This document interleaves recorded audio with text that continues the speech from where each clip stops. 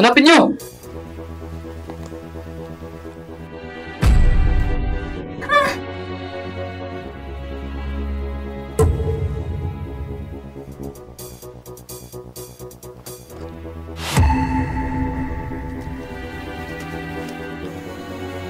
Namumutla ang kanyang labi. Siya ay nalaso ng gusto at maraming dugo ang nawala sa kanya. Ang swerte mo at natagpuan mo ko ngayon.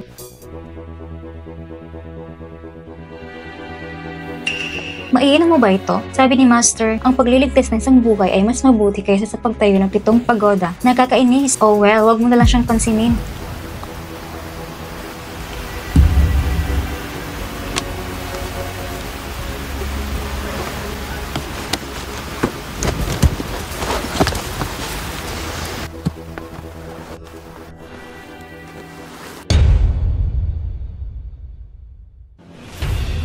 Mabait ka pang tao, hindi. Kung ang iyong sugat ay nahawahan at ikay namatay, pagkatapos ay masasayang ng antidote na ibinigay ko. Hanapin niyo siya! Ang taong may laso na hindi makakatakbo ng malayo! May lovebirds pala dito! Tara na! Maghanap na tayo! Bigyan mo pa ako ng gamot. Pansamantala siyang nawala ng paningin dahil sa lason. Hindi na siya makakakita ng anuman. Tinutukan mo ako ng baril at umaasa kang sasagipin kita? Pakainin mo ako ng gamot gaya ng ginawa mo kanina. Kung maglakas loob kang lasunin ako, mamamatay tayong pareho.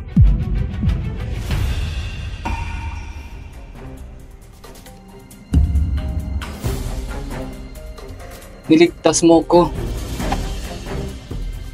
Niligtas ko ang buhay mo at tinutukan mo pa rin ako ng baril? Wala kang utang na loob. Walang pakialam kung ano ang mangyayari sa iyo.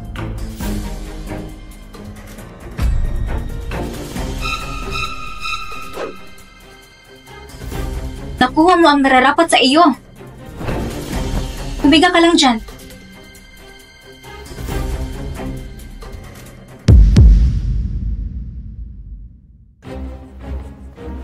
Ang walang hiyang tulad mo, sa wakas ay nagpasya na bumalik ha? Nakasuot pa ng damit panlalaki. Parang medyo maganda naman ang relasyon. Medyo nakakatuwang isipin. Higit 10 taon ka rin hindi nagpakita. Hindi mo pa rin ako matawag na inay?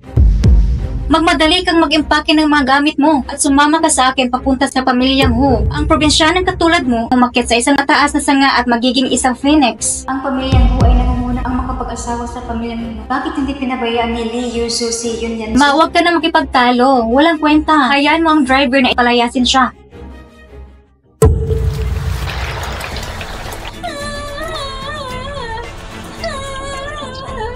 Madam, maaaring magkasakit si Miss Yun King sa ulan at hindi na makakarinig at makakapagsalita pa. Dalhin mo siya pabalik ng probinsya. Nakakasagabal siya sa paningin ko. Kung hindi lang ako ginamot ni Master noon para bumalik ng aking boses at natatakot ako para sa sarili ko. Kung sa tingin nila ay ako yung taong kaya nilang tapak-tapakan, magpapanggap pa rin ako. Master! 11 taon. Kailangan maturo ng leksyon ng pamilyang Hu. Oras na para sa paniningin. Umalis kayo. Hanapan niyo ako ng damit at sapatos. Opo! May nakilala ka bang mabangis na babae? Gusto niyang pumunta sa North Myanmar.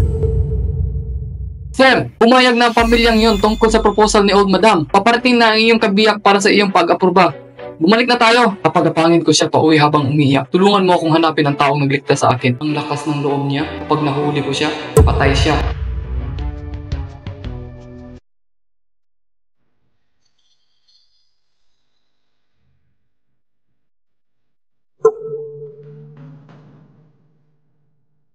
Itong babaeng to, may ganitong kagandang bagay, marahil ay ninakaw niya ito sa pamilyang yun.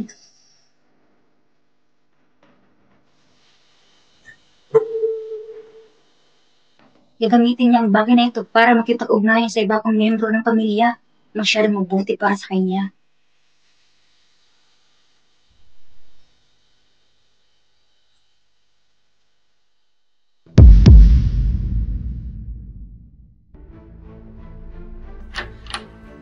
Kapatid, hayaan mo akong mag-makeup para sa iyo. Sinisigurado ko sa iyo na iyong mukha ay masisirang hindi ka nakikilala. Magiging karapat-dapat ka sa pangit na iyon. Masakit asawa mo mula sa pamilyang Hu.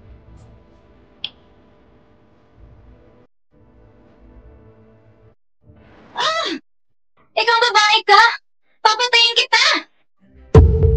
Tumigil kayo! Tanga ka ba? Sisirain mo ang mukha niya. Di natin makukuha ang 2 milyon dote. Siya ay isang pilay. Bakit ka nagagalit sa kanya? Tay, huwag kang magpaloko sa babaeng ito. Tingnan mo ang ginawa niya sa akin, ha? Mahal kong anak, kapag naikasal na siya, pwede mo na siyang harapin kahit ano pang gusto mo. Isa siyang bingi at pipi. Ang makapag-asawa sa isang ho, ikaw ay parte ng pamilya ho simula ngayon. Umayos ka at alagaan mo ang iyong asawa. Huwag kang gumaya sa inay mo. Palaboy at walang hiya. Nagkaroon ng ibang karelasyon habang buntis. Hinakaw ng lahat ng kayamanan ng ating pamilya ng mga masasamang tao. Lahat kayo ay makuha ng karma.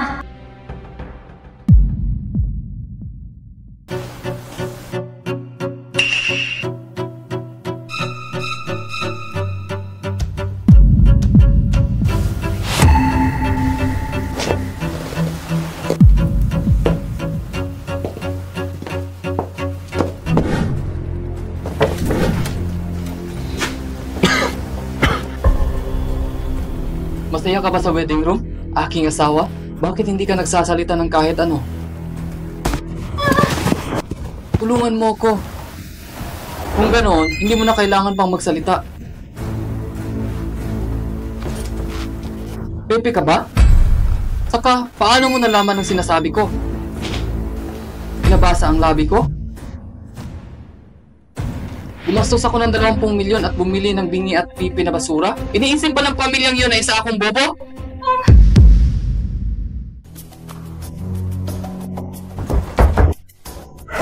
Patayin mo siya! Hindi ako pwedeng mamatay. Hindi pa ako nagkakaganti. Hindi ko pa nakikita ang mama ko.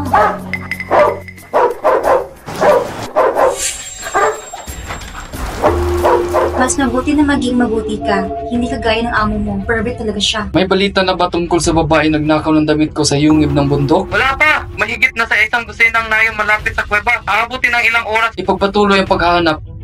Pumasok ka. Medyo may kakayahan ka para makabalik ng buhay. Ito na yon. Tapos na ako. Nakilala na niya ako. Patay na ako. Kakaiba. Nasaan ang jet pendant na kinuha ko sa kanya? Kunin mo ito at bumili ka ng damit. Pupunta tayo para makipagkita sa old madam. Yanshu, kinaya mo ba talaga kami na mamili kahit anong gusto namin? Pumili kayo kahit anong gusto nyo. Ako ang magbabayad. Oo, napakaganda. Tapos hindi ako magpapapigil. Hindi ako makakapaniwala totoo ito. Pumasok kami at personal kaming binati. Sinabi niya pwede kami mamili ng libre. Hello, anong gusto mo? Ito ba isang lugar na karapat-dapat kang mamili? Nakakatiri. Siya ay may parehong sa loobin kahapon kapag binabastos niya. Bingi ka? Kaya mo bang mamili dito? Gusto ko itong bracelet. Balutin mo ito. Opo, miss. Wow, Yanshu. Ang ganda na yung pinili. Gusto ko rin ito. Simula pagkabata, ang lahat ng gusto mo. Tagaw bang agawa ito sa akin? Anong magagawa na isang pili na labanan ako? Miss, ang bracelet na gusto mo ay handa na. Ang kabuang halaga ay 20 milyon. Cardo cheque. Ano? Ang halaga ng bracelet na ito ay 20 milyon? Wang Jin Daoji ang kayamanan ng aming tindahan. Oh, kapatid. Tingnan natin kung paano mo lilinisin ang kalat na ito mamaya. Oh, kapatid. Tingnan natin kung paano mo lilinisin ang kalat na ito mamaya. Miss, ang piraso ng alas na ito ay isang high-end na items. Hindi na pwede itong ibalik. Yanshu, hindi ba sabi mo sa akin gusto ng pamilya mong bilhin ang buong shopping mall na ito? Ang 20 milyon ay hindi dapat problema sa'yo, di ba? Tama! Ang kanilang alahas ay isang high-end na pagkagawa kapag nailagay ng order. Tumahimik ka! Manager? Papuntahin ditong manager! Manager? Gusto kong turuan ng leksyon ng asong iyon na si Yunke. Hindi ko inaasang magugustuhan niya ng isang bagay na napakamahal. Miss yun, ang bracelet ay nagkakahalaga ng 20 milyon, di ba? Kukunin ko. Kung ilang daang libo o ilang daang milyon, okay lang. Pero ito ay 20 milyon. Hindi namin kayang galitin ang pamilya ko. Tsaka, paano kung peke ang jet pendant? Hindi ba't malaking kawalan niyon? Mangyaring maghintay ng sandali. Mr. Lu, ang jet pendant ni C. Hindi ba 20 milyon lang?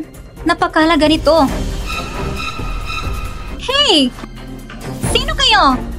Alam niyo ba kung sino ako? Huwag niyo akong hawakan! Tulungan niyo ako! Sino ba kayo? Bitawan niyo ako! Ang malupit na si Ho Jianchen. Huwag mong sabihin, bubugbugin siya hanggang sa mamatay.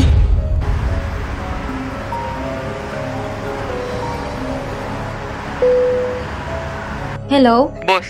Nag-book si Yun Xianzong ng isang lugar sa Banyuan Restaurant. Sabi ng mga source, inanunsyo niya ang tagapagmana ng Yun Group. Yun lang. Magpatuloy gaya ng pinlano. Ang pamilyang yon magsisimula na ang palabas. Pakiusap! Pagkawalan niyo ako! Pagkawalan niyo ako! Ibigay ko kung ano man gusto niyo! Ako ang anak na babae ng pamilyang yun!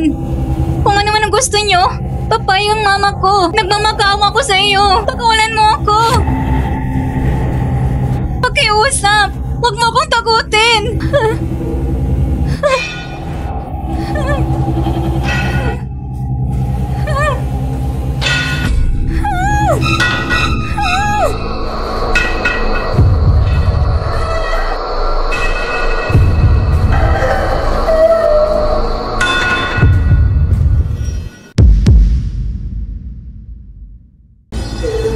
Mr. C. Itong jade pendant. Ito ba yung totoo? Tsaka siya ba yung noong araw na iyon? Itong jade pendant ay totoo. Ang taong ito.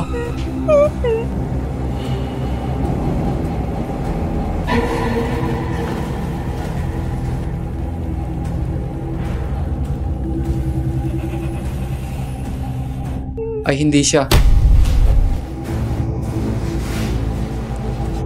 Mr. C, ang babaeng ito ay ang pangalawang babae ng pamilyang yon. Nung dumating kami, binubulin niya ang kanyang kapatid. Siya ay talagang bobo at masamang tao. Halatang ninakaw niya ang jade pendant at ginamit ito upang makabili ng isang bagay na nagkakahalaga ng 20 milyon. Ang bobong tao ay mabilis utuin.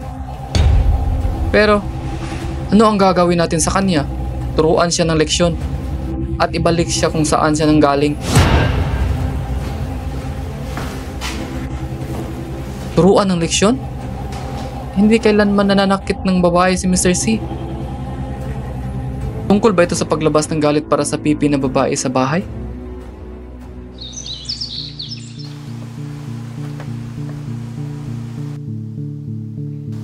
Ang pagpapakasal sa kanya ay hindi hiling ng matandang ginang. Isang beses ko lang ito sasabihin. Alagaan mabuti ang matandang ginang. Huwag mong hayaan malaman ko na iniisip mong tumakas. Kung hindi, kahit saan ka man magpunta, kakalad ka rin kita pabalik. Hindi ito maganda. Nahimatay ang matandang ginang.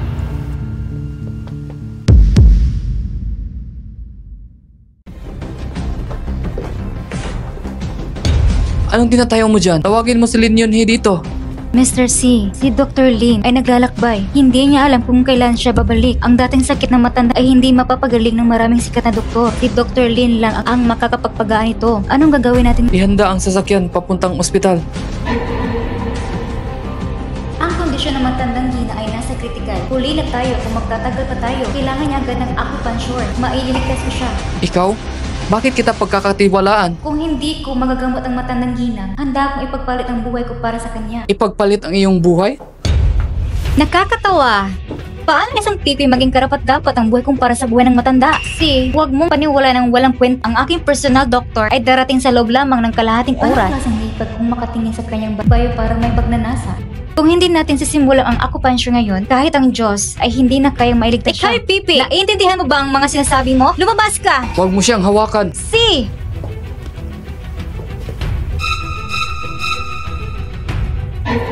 Kung hindi mo siya mapapagaling, mawawala ang buhay mo.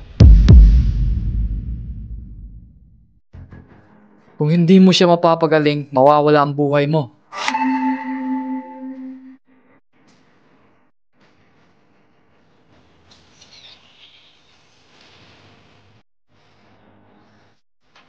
Niligtas mo ko.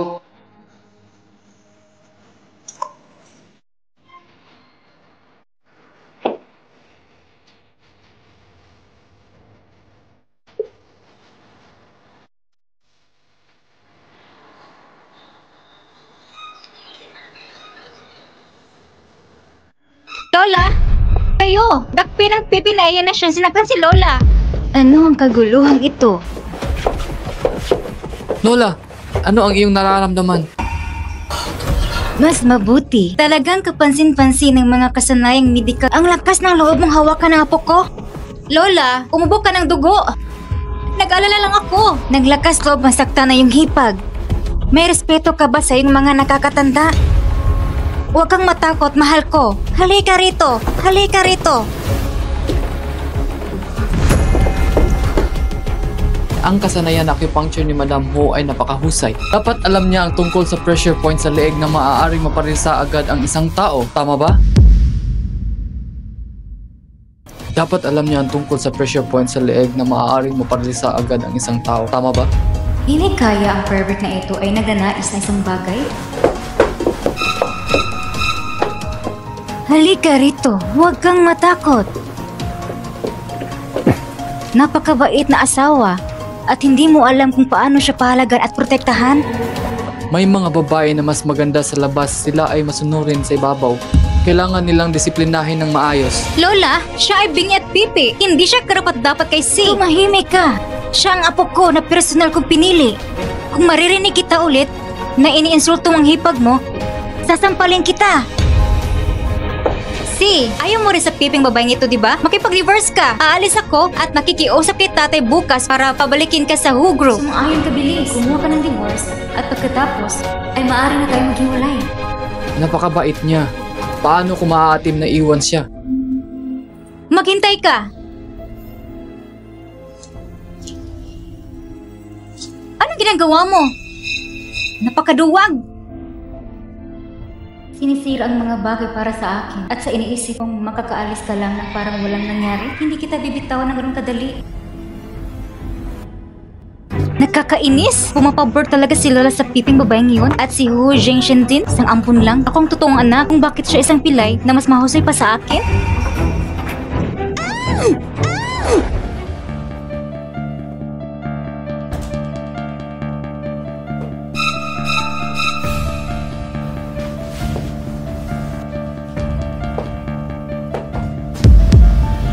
Natatakot ka na ngayon?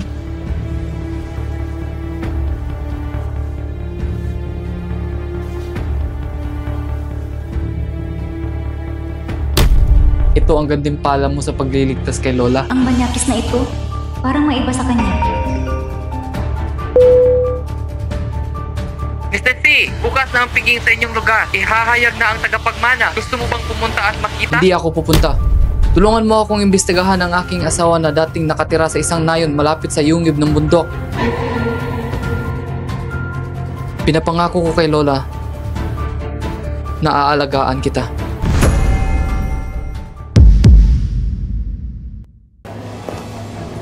Oh, hindi ba 3 media outlet lang ang imbitahan natin? Bakit maraming tao rito? Ang ating Young Group staff ay tumataas kamakilan. Ito lahat ay dahil sa iyo. Pa, Ma, nagawa ko na rin sa wakas. Maraming salamat pa. Kapag nasa entablado ka na, ilipat niya ang 15% shares niya sa iyo. Siguraduhin mong kumapit ka ng mahigpit. Huwag kang mag-alala, Ma. Hello, Chairman Yun! Welcome, mahal kong kaibigan at panauhin. Ngayon, idinideklara ko ang tagapagmana ng Yun Group, si Yun Yanshu. Hindi ba't ang pamilyang yun ay mayroon ding ibang anak na babae na nangangalang Yun King? Saang medyas yun nanggaling kahit si Yun King ay alam? Ngayon ay isang masayang okasyon para sa pamilya iyon. Mangyaring huwag ibalik ang sakit na dinanas ng ina. Matagal na namatay ang aking Shings. Madam, sinasabi mo bang patay na si Yun King? Oo, wala na siya. Sabagay, naikasal ng babae iyon sa isang may sakit na lalaki sa pamilyang Hu. Pahirapan siya hanggang sa mamatay. Ang panganay na babae sa pamilyang yun ay dumating na!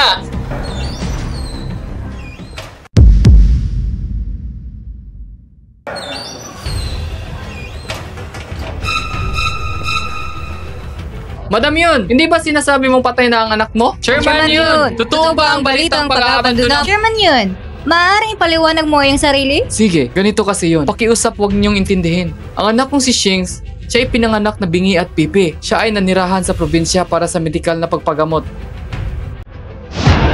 Ha? Ate, ayos ka lang ba?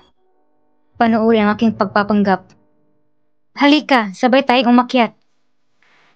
Pareho silang anak ng pamilyang yun. Si Yun Yanshu ay pinalaki na may malagang ginto. Tingnan niyo si Yun King, nakakaawa. Isang bingi at pipik, hindi mahal ng kanyang mga magulang. Nakakalungkot, bias talagang pamilyang yun. Si Yun Yanshu ay nakasuot ng daang-daang libo halaga ng mga designer na damit. At tingnan niyo, ang suot ni Yun King, isa ba yung basahan? Gawin mo ang trabaho mo.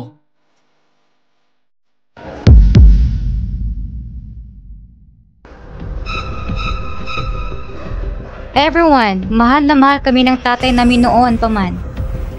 Kaya, sa pagkakataong ito, naghanda siya ng 2 regalo shares ng kumpanya at 3 tindahan ng mga alahas. Para maging patas, magbubuno tayo ng palabunutan para magpasya kung sino man ang makakuha ng ano. Yanshu, hindi ba't ibinibigay mo lang ito sa babae ngayon? Huwag kang mag-alala ma, inayos ko na. Mamaya, sisiguraduhin kung kukunin niya ang 3 tindahan ng alahas. Babawiin natin ito sa kanya at hayaang mawala sa kanya ang lahat. Magandang ideya. Harapin muna natin ang mga reporters. Mamaya na natin siya kausapin.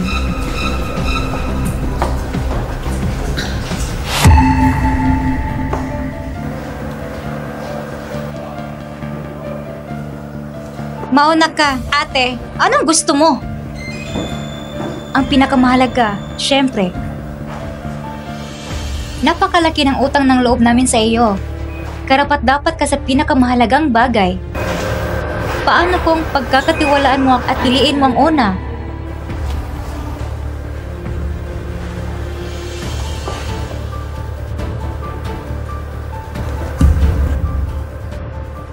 Napakatanga.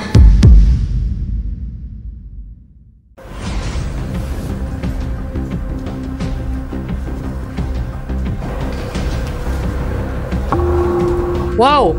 Ang 15% na shares ng Yun Group.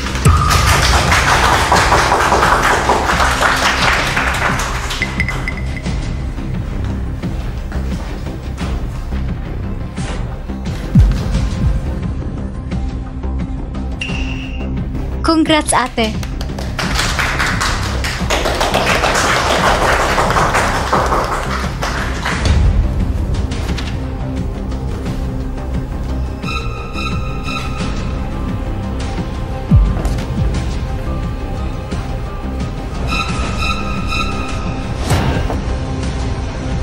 Kunin at ibalik ang kontratang iyon para sa akin. Wala akong pakialam kung mamatay ang babaeng yun.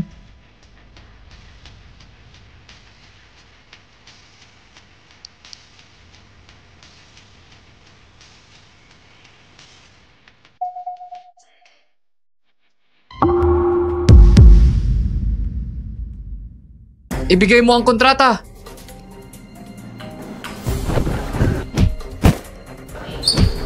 Saan nang gagaling ang mayamang lalaki na ito?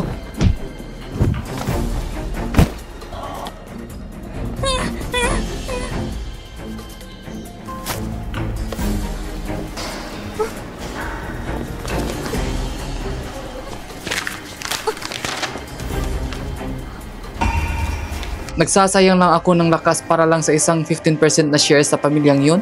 Bakit hindi ka nang makaawa sa akin? Siguro, ibibigay ko sa iyo ang buong pamilyang yon.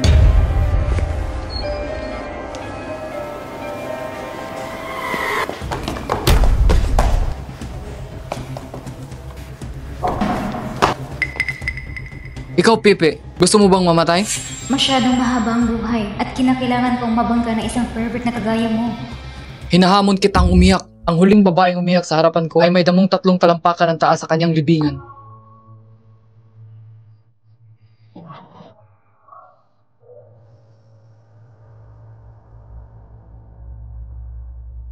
Kailangan mo talagang turuan ng leksyon.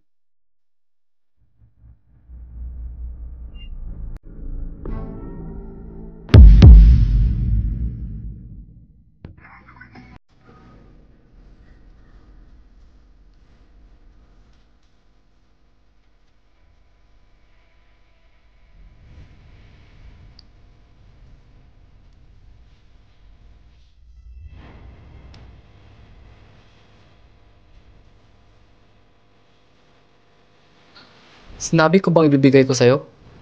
Gustong-gusto ni Lola ang Osmanthus cake mula sa tindahan na nasa harap. Pumunta ka at bumili. Bumalik ka rito para ibigay ko sa iyo ang kontrata.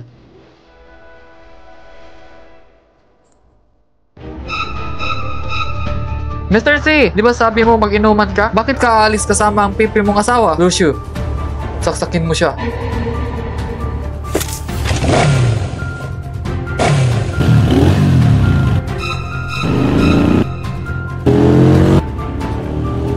Tumigil ka!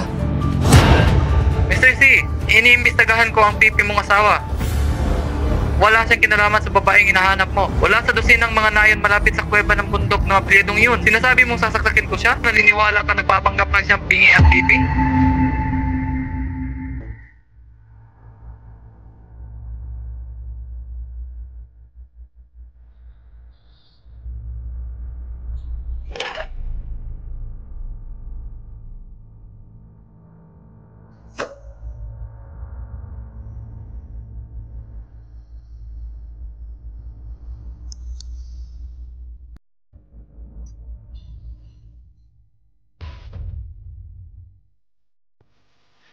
Sa tingin mo talaga ikaw si Madam Hope?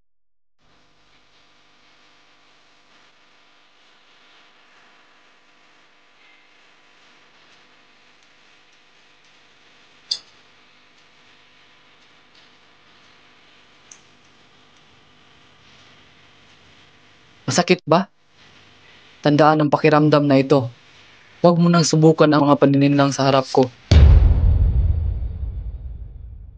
Tandaan mo ang pakiramdam na ito. Huwag mo nang subukan ang alinman sa iyong panininlang sa harap ko.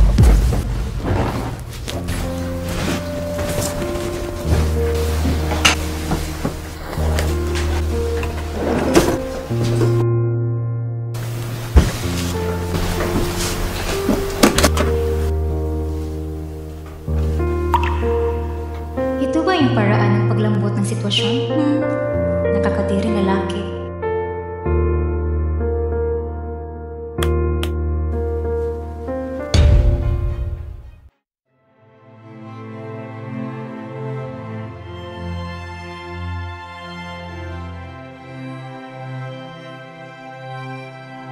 Kopya lang yan.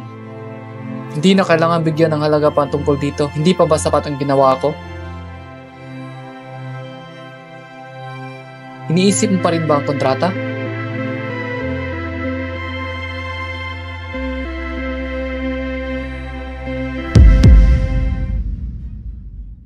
Nasaan si Yun King? Lumabas ka rito! Anong ginagawa niyong dalawa? Si, paano mo nakakasama ang basurang ito? Tumahimik ka! Si, huwag kang magpapaloko sa piping babaeng yan. Napakasama ng babaeng ito. Tingnan mo sa sarili mo. Ang babaeng ito ay gumagamit ng mga nakakalasing insekto para saktan ako. Paano niya magagawa yan? Siguradong may lihim siyang motibo sa pagpapakasal sa iyo. Si, takot ka sa dugo? Ipaubaya mo siya sa akin. Masyado mo ba siyang hindi maintindihan? Takot sa dugo? Kung maglakas loob kang magplano laban sa akin, sasaksakin ko yung mukha mo. Tingnan natin kung anong gagamitin mo pang akit sa mga lalaki. Si, tulungan mo akong pigilan ang babaeng yan. Si, papanig ka pa rin ba sa pipi na ito laban sa akin? Nasa likod ko ang pamilya Hu. Nasa likod ko ang pamilya Hu. Siyempre, hindi siya maglakas loob, pero siya ang pinili ni Lola para sa akin. Kung gusto mo siyang hawakan, dapat mo munang tanungin si Lola. Kaya takot lang siyang pagalitan ni Lola. Isang pervert ang gustong tumayo para sa akin. Gabi na! Ayokong ma-istorb ang pagpapahinga ni Lola. Alisin ko muna siya. Ipapaliwanag ko kay Lola bukas. Ano ang ginagawa ng mga bata? Siye, bakit may hawak ang kutsilyo? Anong klaseng sama ng loob ito? Lola, ang pepeng babaeng ito ang naunang lumasa sa akin. Muntik na akong makagat ng mga insekto. Sing, ginawa mo ba ito? Umiilin si Sheng. Sisi, meron ka bang ebidensya na ginawa ito ng hipag mo? Lola, maliwanag na kinakampihan mo siya. Kailangan mo ilabas ang aking galit. Kung hindi, sasabihin ko ito kay Papa at siya mismo ang huhusga. Wala ka na bang respeto sa akin? Wala ka na bang respeto sa akin? Lola, Paglayuin mo silang dalawa. Huwag mong hayaan na masaktan si Sheng. Ang kamay ko! This bitch! Binali mong kamay ko! Papatayin ka ng tatay ko! Maghintay ka! Ang legendary chauffeur ng pamilyang sa tamang panahon din nakita. Tatay! Ang babaeng ito ay gumagamit ng mga insekto para kagatin ako. At ngayon, binali niya ang kamay ko. Kailangan mo ako ipaghiganti. Bilisan mo at gamutin ang sugat ng iyong mistress. Alisin niyo siya! Gusto kong makita kung sinong gustong manghas. Nausan, may hindi pagkakaunawan tungkol sa bagay na ito. Ma, matanda ka na. Dapat ka na magpahinga ng maaga. Ikaw!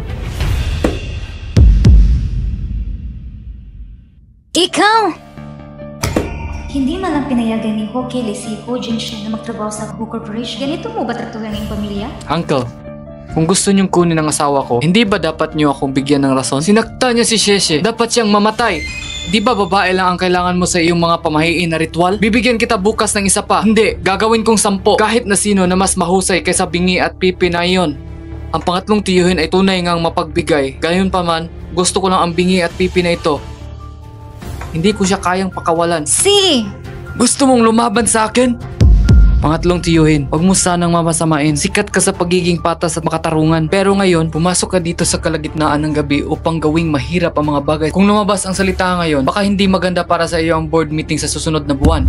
Tinatakot mo ba ako? Paano ang isang walang kwentang tao na tulad mo ay mapanghas? Kung gustong kunin ng third uncle ang asawa ko, kailangan ko ng eksplanasyon. Pero kung gustong kunin ng third uncle ng asawa ko, kailangan ko ng eksplanasyon. Hindi ba sapat ang kamay ko para magpaliwanag? Ito ang kamay ko na ginagamit sa paglaro ng piano. Binali niya ang kamay ko. Dapat buhay niyang kabayaran ito. Binali niya ang kamay mo? Tiyo, sabi ng asawa ko hindi daw. Taka ang hina niya. Paano niya mabali ang kamay ng isang tao? Sinabi niya na hindi niya ginawa. Tay! Nabali ang kamay ko. Hindi na ako makapaglaro ng piano kailanman. Pepe ka ba? Diba? Bakit hindi mo sabihin sa lahat kung paano nasaktan ang kamay ko? Chairman Ho, ang kamay ng young mistress ay hindi nabali. Imposible! Narinig kong nabali ang buto ko. Napakasakit! Paano hindi ito nabali? Ito, young mistress, alam mo ang kamay niya ay hindi talaga nabalian. Tama lang. Sapat na ang kalahating oras para gumaling ang kanyang peking bali na braso. Imposible! Siguradong ginamitan mo ako ng pandaraya. Tama na. Chairman Ho, ganito ba ang pagdidisiplina mo sa anak mo? Sa tingin ko, kailangan natin pag-usapan ang bagay na ito sa susunod na board meeting. Tay! Tumahimik ka. Sumama ka sa akin. Pauwi ngayon na. Teka lang. Umuwi na tayo. Teka lang. Hindi naintindihan ng pangatlong tiyuhin na sinaktan ng asawa ko ang anak mo at pagbayarin niya ng kanyang buhay. Ngayong lumabas ng katotohanan. Sinugatan ni Hoshishi ang aking asawa. Paano natin dapat ayusin ito? Sa tingin mo ba walang magtatanggol sa pipi kong asawa? Kaya, ano ang gusto mo? Dahil patas ang pangatlong tiyuhin, paano ang isang kutsilyo para sa isang kutsilyo? Tay, ayokong masaksak. Shishi, kailangan mong humingi ng tawad sa hipag mo. Patawarin mo ako, hipag. Alam kong mali ako. Mukhang nakahanap na si Shi ng mabuting asawa. Bukas ang mata ng Diyos. Yun King, tatandaan ko ito. Tatandaan ito ni Ho Kili. Kung gusto mo akong iwan balang araw, hindi mo na ako kakailanganin. Ang pangatlong master ng Ho family ang siyang sumusunod sa iyo. At ang akala, ang pervert ang magtatanggol sa akin. Hinawakan pala ako sa wala. Shing, huwag kang matakot. Hanggat nabubuhay ako, protektahan kita. Tamang desisyon kung piliin ka na maging apo ko. Parang, ginawa ko ang tamang pagpili kasama nitong apo ko. Hindi magtatagal. Bago kumawa ka ng apo ko sa tuhod. Pero ako? Pero ano? Sabihin mo na. Narinig kong hindi pa bumalik si Mr. C sa kanyang silid. Ano?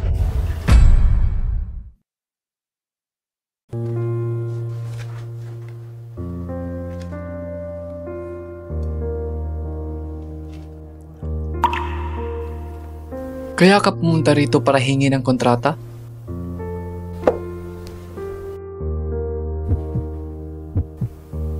Masakit pa ba?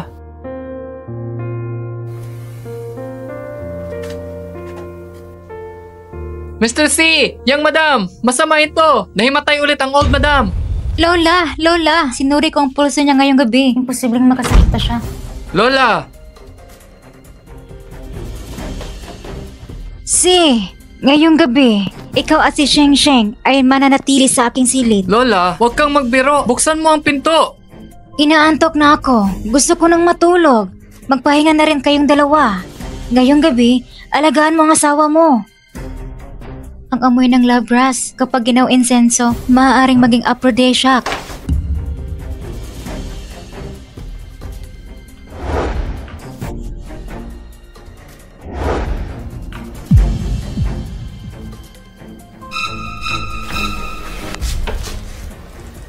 Huwag ka nang mag-abala.